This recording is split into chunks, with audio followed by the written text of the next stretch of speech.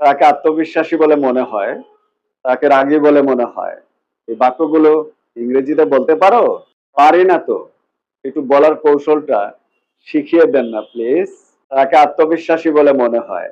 He seems to be confident. তাকে রাগী বলে মনে হয়। He seems to be angry. তাকে ভীতু বলে মনে হয়। He seems to be coward. তাকে সাহসী বলে মনে হয়। He seems to be brave. তাকে ক্ষুধার্ত বলে মনে হয়। He seems to be hungry. তাকে তৃষ্ণার্ত বলে মনে হয়। He seems to be thirsty. তাকে বিষণ্ণ বলে মনে হয়। He seems to be depressed. তাকে উত্তেজিত বলে মনে হয়।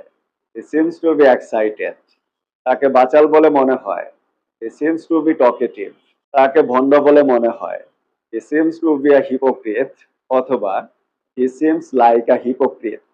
তাকে প্রতারক বলে মনে হয়। He seems to be a cheater. অথবা He seems like a cheater. তাকে ঘুষখোর বলে মনে হয়। He seems to be a briber. অথবা He seems like a briber. তার একটি গাড়ি আছে বলে মনে হয়।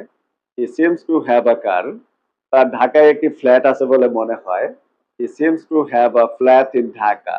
এইবার বুঝতে পেরেছো তো এই ধরনের বাক্যগুলো কিভাবে ইংরেজিতে সহজেই বলবে।